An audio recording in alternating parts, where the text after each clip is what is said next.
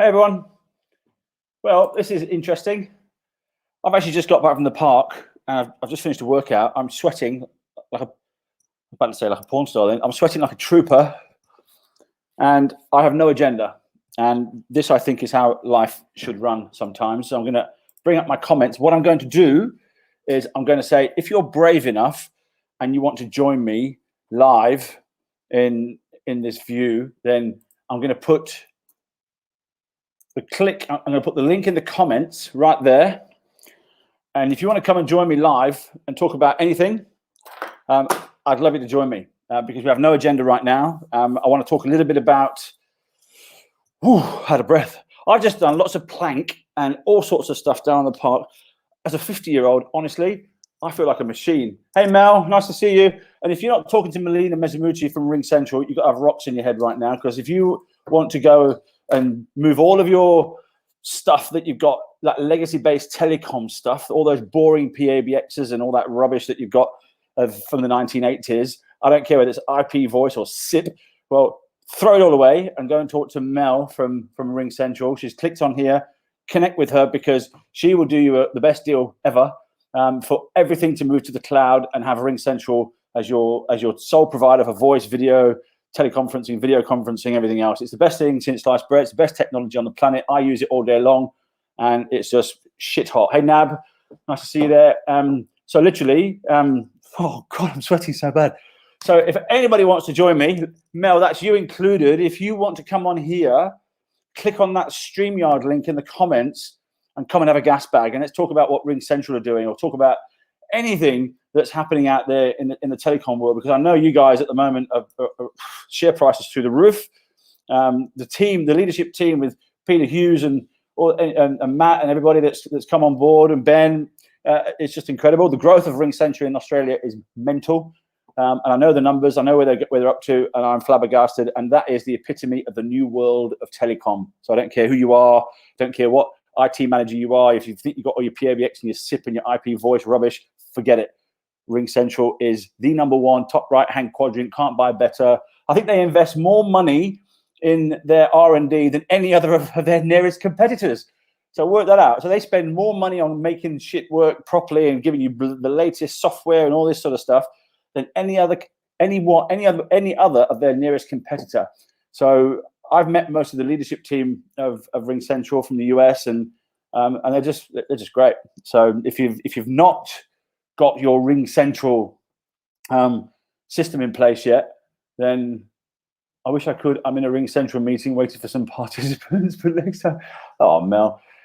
So yeah, if you've not got your Ring Central stuff on board yet, honestly, and I'm not joking. I pick up my phone and I have an app on my phone. It works all of the time, often better than my Optus number. In fact, I regularly cut people off when they call me on my Optus number because it's that bad. Because Optus can't get 3G working, never mind 5G working in my area. And this is Darling Point, by the way.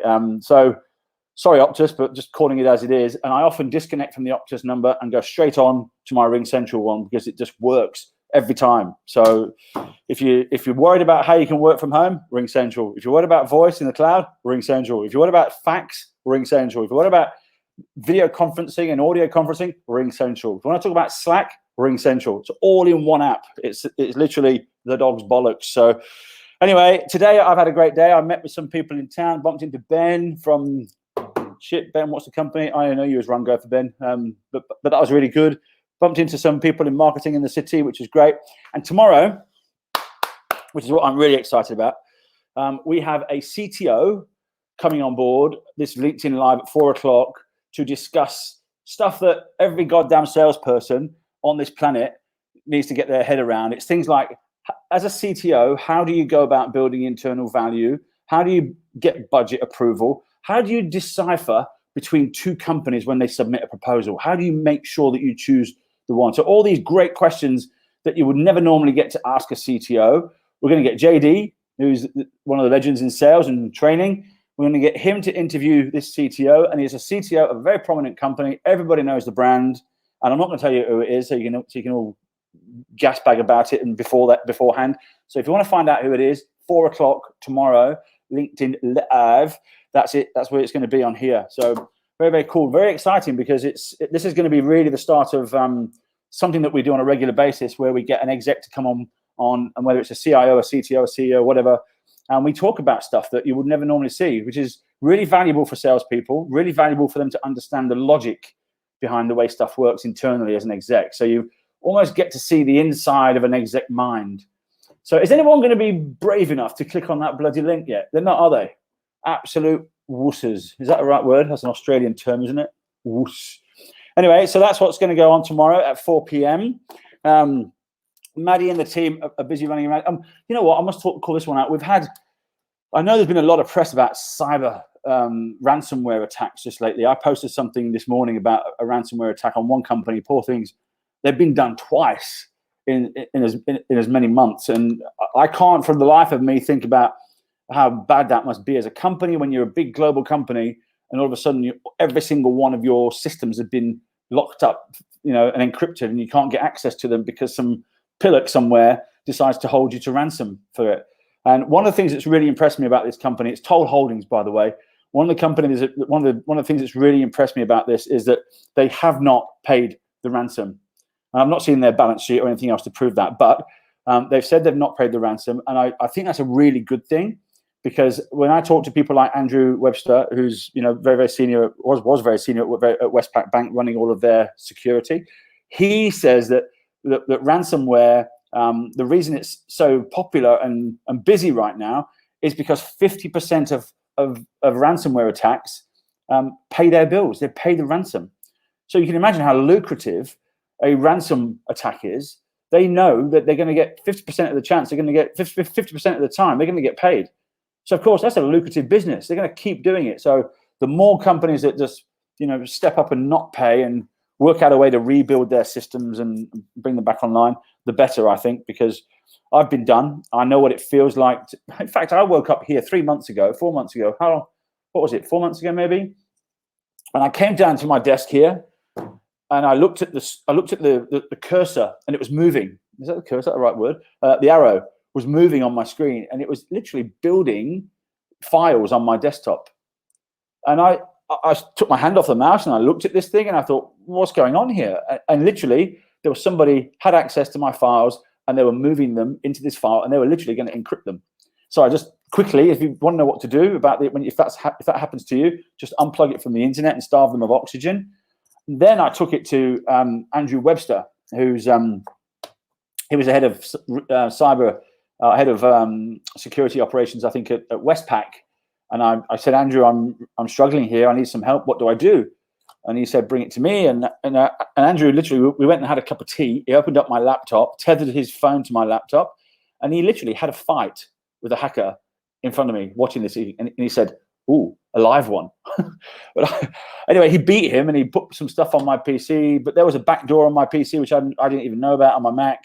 And all of a sudden it came alive because of whatever reason. And they went doing stuff. And it's that simple. You just don't know. I mean, when they're coming for you, they're coming for you, and that's it. So I think your best form of a response is your best form of response is your response. Oh, Scott, who's that? Hello. Here's a good. Oh, nice one. I'm going to add him. Scott. How's things? You know what, mate? Well done. Here's to you. Thank you. To you, mate. You did the pitch to the on my birthday. Oh, I'd spoken to you about it, but unfortunately got caught into a couple of meetings throughout the day, so I couldn't make it through to the actual session. But it was definitely keen to be involved. So Scott, we've never met. This is random. Yeah, I know it is. So just so everyone knows, Scott's just clicked the link, and Scott's now going to get a chance to tell us who he is and what he does, and talk about your business. Fantastic. Yes. What's your name? Where'd you come from? Sure. Yeah. So I'm COO for Southern Cross Group. So national organisation providing the broad range of security services to a whole different diverse client base. A couple of things you just touched on then, really resonated. So aside from obviously, watching the things that you put up, I thought it was perfect time to click on. So aside from the ransomware, the other elements at the moment from a security point of view, we're going through a period of what I like to call this is Scott language, whale watching, where everybody's focusing on just the security elements that they're seeing on TV and they're working from home, and so many other parts are just getting left aside at the moment. So it's a very interesting time. Yeah, right. So what's happening? Because clearly more people working from home, and all these people using Citrix. What the hell 1980s is that? Yeah, and the biggest concern at the moment, I think, is what happens. People get caught in the paradigm of their own business. The only best way I can explain that is if you're a retail environment or a entertainment environment, you focus on the lighting setup area and everything like that with the front. You don't think back a house, a range of others. And so they've already got vulnerabilities in their business, from loading docs, from procedurals, from social engineering and everything else. And then you get something like this comes along where everything is drop what you're doing, everyone's from home. What are we doing from electronic security? And people are still falling into the same traps. Same password for Facebook, LinkedIn, whatever, like on WhatsApp. So there's a lot of things like that I just think there needs to be some more education and information shared. That's definitely part of of what we do. But as much for with this, it's a wonderful thing that you're doing, giving people opportunity to share about their business and also to give a C-suite perspective on how things sort of run and feel on some of the decisions. So great to be able to have a chat with you. Mate, love it, and I love it, and the whole cybersecurity. I've got goose pimples. The whole cybersecurity thing for me is, I think because I've experienced what it feels like to have a hack. Yep. Your heart literally goes in your mouth when you feel violated. You feel like you're being literally violated because these people have got access to your personal things inside your own home, and you just don't know what to do about it sometimes. And I was so lucky that I knew Andrew Webster. I could call him, but not everyone's got an Andrew Webster they can call. So in the last 24 hours, I had a very close colleague of mine who I've dealt with for like over 15 years. And I got a message from this person over LinkedIn, over a social media network. And it was worded very well. And it was because it was a message like on LinkedIn, basically saying, hey, I've been awarded this project. Here's some details about it. The actual formatting, the attachment, everything, if you have an initial look, looked 100% legitimate. The only thing that was off with me was because of the verbiage used and some of the structure. So I straight away said, hey, this is off, this isn't you. But there's so many people at the moment, and because there's so much focus, they know that people are working from home. There hasn't been a ramp up information security, elements communicated. So they're jumping on the vulnerability. I liken it to, I mention things regularly about the whole, you don't know what you don't know. And even if I'm in a room of security professionals, if I say, please tell me what you've told your children about what to do if they see a USB stick in the garden near school, nobody puts their hands up. But think about that logically into the people that listen to this video. If you've got a child, if you want to, if you drop some bright coloured USB sticks with viruses on them around a primary school, what's the first thing that children are going to do? Plug it in. Come home, put it in your computer, and then you wonder why when you go logging on to pay your Foxtel bill or something, they've got a keylogger on there and your details have gone. So a lot of these things are the combination of little 1%ers, not just the big things that help keep people safe and well online and as well as physical security. Mate, there's so many things to think about because I've done a little bit in the cybersecurity space with helping a company called ExtraHop who do this whole visibilities thing, and their big story is all around wire data. So you see things as it's happening on the wire, so you can almost see the ransomware coming along as it's traveling along the wire, which is great. Very expensive stuff, and I mean, not everyone can afford to put that in. And clearly, this whole work from home thing now is a problem because not everybody is safe at home. And I just know because everyone's busy and so consumed doing things now. We're actually busier at home than we were in the office. Yep. And so all it takes is one of those little clicks.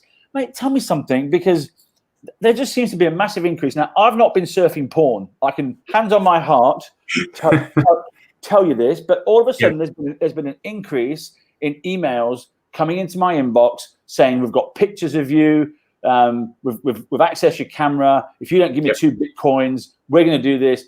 I looked at this and they actually had my password for one of my accounts. And I'm like, holy hell, how do you know my password? Yeah. I suppose there were a couple of things with that, and this is an off-the-cuff thing, so I'll share some of the things that are top of mind. But, I mean, some of the parts with that is firstly because of knowing with what's happening with people working from home, there's a lot more concerted effort for trying these different vulnerabilities. So aside from the Australia Post one and a range of others, and so the look and feel for it, and so you've got obviously some of the phishing scams and a range of others. The other part is some of the communication that are coming through. They're looking obviously for a different trigger point to get some sort of reaction coming through. There's definitely like a ramp up, like you're for it, and sadly, there's a ramp up in people accepting and clicking through those because they just don't know any better as they get refined and they look more legitimate. So, I mean, the other part is for organizations that are on here as well, things like being aware of all the domains that are surrounding your domains. Because, you know, if you think for XYZ company, if I'm a mining company at xyz.com.au, if I'm a decent sized company and someone goes and buys xyz.org, they send me an email. So in my response, they've got their email signature. You've now got a similar looking domain that you set up with an email and we've been putting this content in. People don't check. They don't recheck with the domain. And so it is so simple for gaining information. And the other part is stop doing these surveys online about where you want to travel and your cat's name and dog's name. Whilst they're fun to see what celebrity you're most like, you are handing information for people to build some type of social profile on you. Wow, that's really interesting, Scott. So what do you guys do as a company? Where's your target market? Is it small to medium, mid to large? Is it anyone? We're quite diverse. So, like about 24 months ago, we really diversified. So we're a large security provider to a lot of the big retailers. So, especially for the last couple of months, we've obviously had a ramp up on the national footprint, like in the retail environment, but also our data centers and educational clients as well, such as TAFE. So it's pretty broad with what we do. It's the industry's changed a lot, and unfortunately, the security and risk industry has been still a bit badged in the 1980s guns, guards, and gates type perception. and really, with the professionals today within the industry, it's very much evolved. So now it's about how do you help identify and mitigate all the risks: social engineering, physical security, manpower, like your security, HR, a range of other parts, supply chain. There's so many parts with that if done right and with a partnership, you can help keep organizations safe and well and resilient. It's funny because you all these companies that have got their CISOs in place, they've got their structure and their disciplines in place, they've got their procedures in place, yet they're still getting attacked. Yeah. What is it? Why is it the fact that when they're coming for you and you've got no chance? Your best form of defense is your response. Is that the only way you can do now? Yeah, I mean, with any type of security, so the defense in depth and layered approach is very, very important. And part of it with this process is, regardless, I suppose, having the resource, it's a matter of, the way I explain is, regardless of what electronic security you have, regardless of what operating procedures and manuals, unless your organizational culture, vision and values is going to align with that, and unless you've made security part of your DNA, that everybody understands they have a role to play in the different elements, for security and safety, you're going to be vulnerable. And so that's why part of it, because there's such siloing in a lot of businesses, the people in the HR department not sharing parts and processes when they're onto operations and finance and a range of others. So that's probably the biggest part, getting that reset system where, as a business, every business is in one form or another part of a supply chain. What do they really do to map out every node of their supply chain and then the vulnerabilities with each of those and get multi-department representation? And that's another gap. They don't do it. It's either driven by the C-suite or that resource, and there's not enough time early in the preparation stages to really round off identifying the risks and vulnerabilities that an organization has. I'd really love to look at this a lot more because I was talking to a friend of mine yesterday, Jeremy Thomas, and he's doing some consulting for the telco markets because there's one particular telco in Malaysia that wants to come and set up operations here, and he's basically going out talking to all the other telcos about what their strategy is. And back when he was based in Asia, he'd be running around to these telcos saying, "What are you doing about your digital strategy?" Because all of them said, "Yeah, we've got it in hand. We're all covered. And Australia was the same. They're all saying, "Yeah, we've got our digital strategy. We're all covered. No thanks. See you later. We're done." And not one of them had a digital strategy for how to replace SIM cards remotely or online. And so all of a sudden, the foot traffic is completely stopped at every single one of their shops, and no one can charge or do the SIM card replacement or all that stuff online. So now all these telcos are struggling and scrambling to develop a digital strategy for that particular part of their business. Is it the same within the security world? Because we all know, yes, we've got our perimeter covered. Yes, we've got this covered. Yes, we've got that. Thanks very much. But we know that my clients are the biggest brands in security. We're talking about the Nextscopes, the CrowdStrikes, the guys that really get it and have seen it all. Basically, they've seen it all before. They know what's happening. So when we connect them with a CISO, for example, that CISO is going to actually learn something about what's happening in that particular space. So Yes. But traditionally, the CISOs have been, no thanks, we're covered. Yeah. Because the vendors have all sounded the same. They've all got AI in their name. They've all got, machine learning in their name. They've all got real-time dashboard, single pane of glass. It's almost like they've all been to KPMG and said, what should our pitch be? And KPMG said, there you go. And so they've all, you line them all up in a dark room, they all sound the same. And so it's almost like the CISOs have vendor fatigue almost. Yes. Well, part of it, I suppose, having that challenging type culture and thinking outside the paradigm, regardless of scope and scale with an organization, unless they've got the actual process in place for really externally validating what they do, for benchmarking globally, and even across different sectors for how you can translate some of the different learning outcomes and improvements. And on top of that, unless you're testing and validating like the programs and processes you've got in place, over the last 3 months, I've spent a lot of time liaising with organizations that previously, when we've had discussions with them of, we've got a business continuity plan in place and these things sorted, this is sometimes the first time they've had to brush their cobwebs off and actually test it with their business. And they're realizing some of the things that they had in place are not maintaining their business in the position that they should. So I think this is going to be such a catalyst for change, because people have now, it's forced them to actually have a look at really what these different elements have affected with their business and the effect it's had on their trade, operations, resources, and forward planning. So so basically, like with those organizations and the path forward with those is, like, so regardless of scope and scale, look for some external validation, look for some level of penetration, red teaming, really check what you've got in place. They find that frightening, and some of the organizations I've dealt with, when basically saying, we're at a position that we feel comfortable and we've got the right program, can you now validate that, from a 360 degree, physical, social engineering, like a whole lot. The organizations that are confident in doing that get so much outcome because it really tests and validates how secure they are. So it's a great process to go through. It's really interesting because we talk about the external threats and those coming from the outside, climbing over the wall and dropping in by a helicopter and parachute.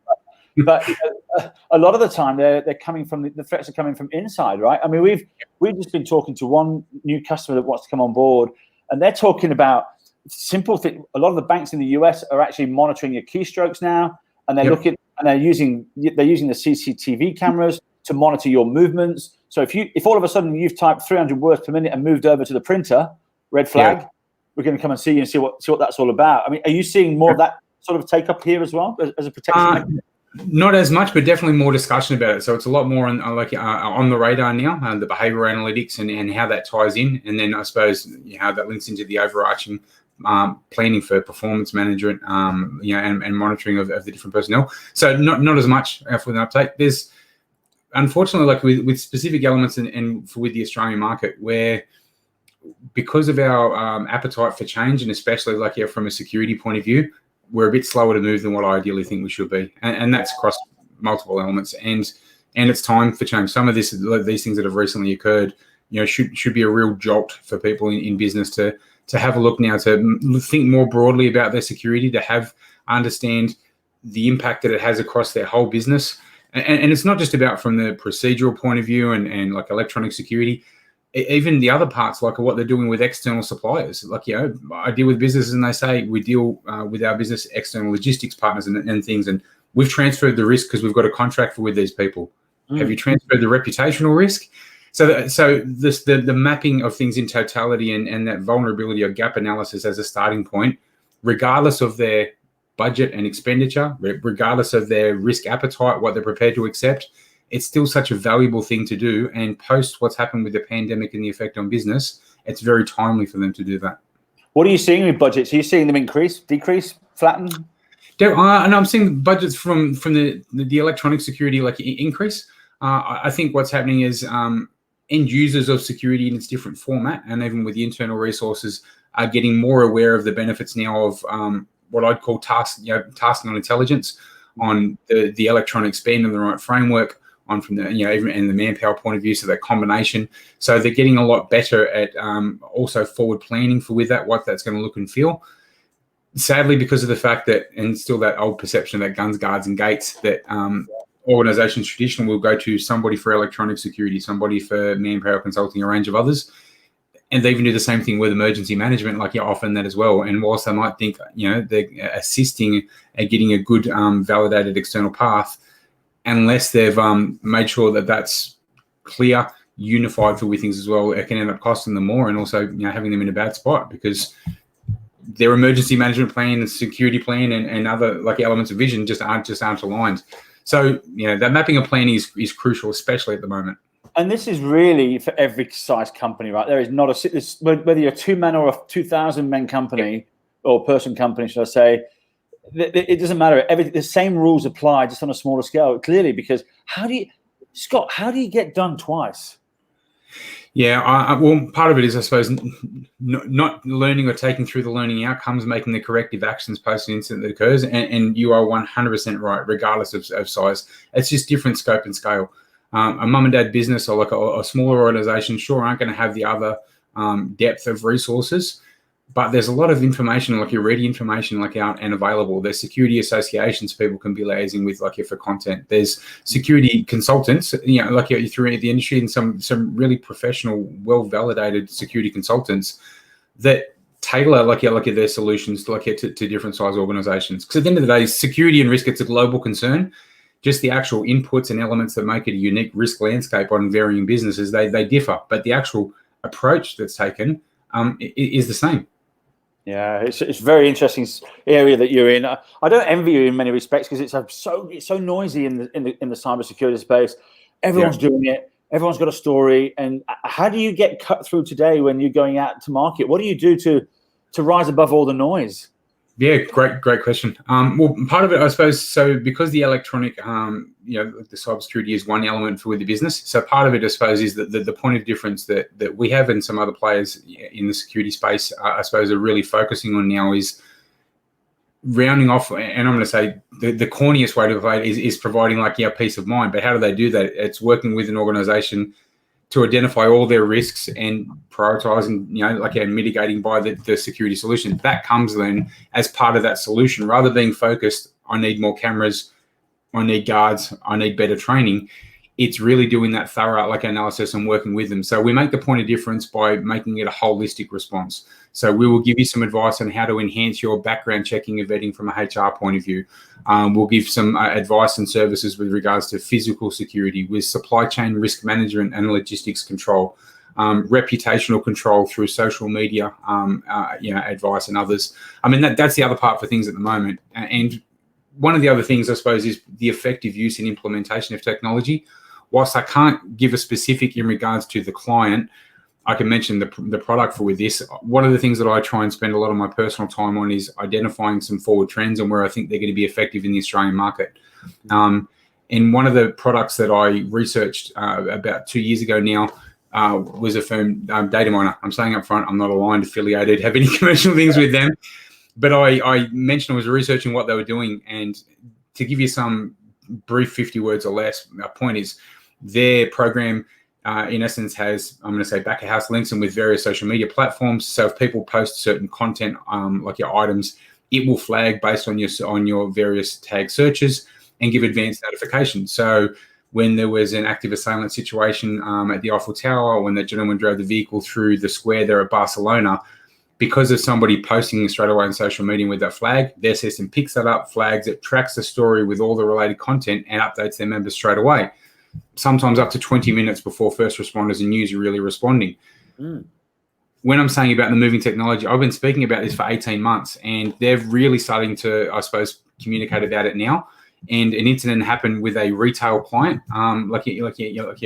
here domestically, quite recently. And whilst I was actually on the phone having a discussion for with this client, because I signed up to their services, I got an advanced notification of this situation occurring at that site and gave them information live. So they were able to be aware, notify their teams, media communication, everything before it's up on news.com.au or first responders and others. So that's the other part, is looking at filtering through the noise and finding out what's really effective for that implementation of technology and improvement, not just technology for technology's sake, making sure it's aligned with the operational outcomes and efficiencies that they need, but also the values and vision as well. That's how we've got to make a difference. And it's so important. I think what Southern Cross are doing is brilliant, because that that all of that stuff that leads into the reputational risk and the damage that could be done if you don't address this quick enough and fast enough. I remember a few years ago there was a company. I think they were a domain hosting company.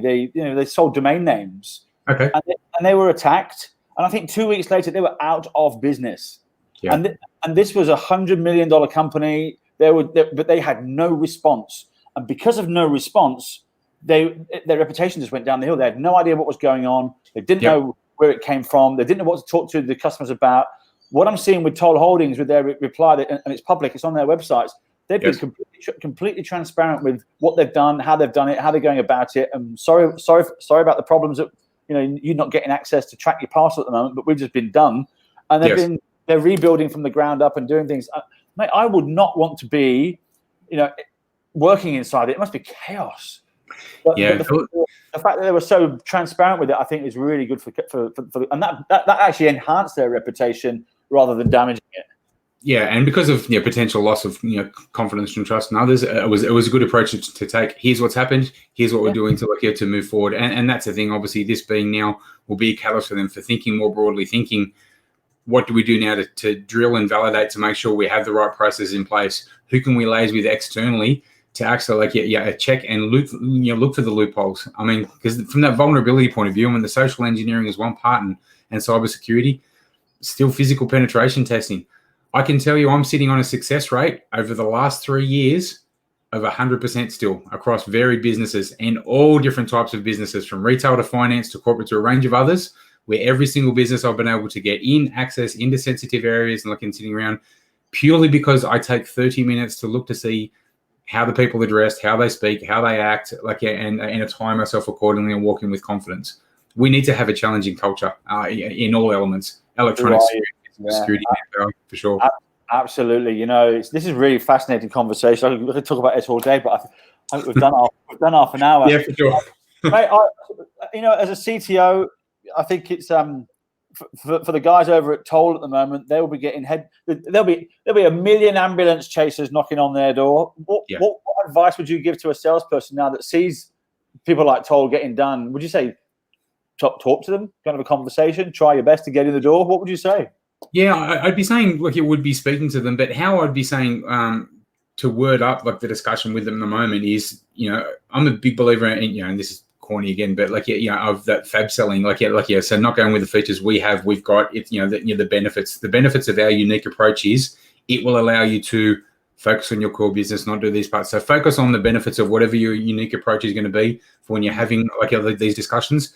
Secondly, understand the totality for what you're recommending. So when you're liaising with these businesses, if you're speaking to them and saying, based on the initial response and this incident occurring, here is what we believe should be in place.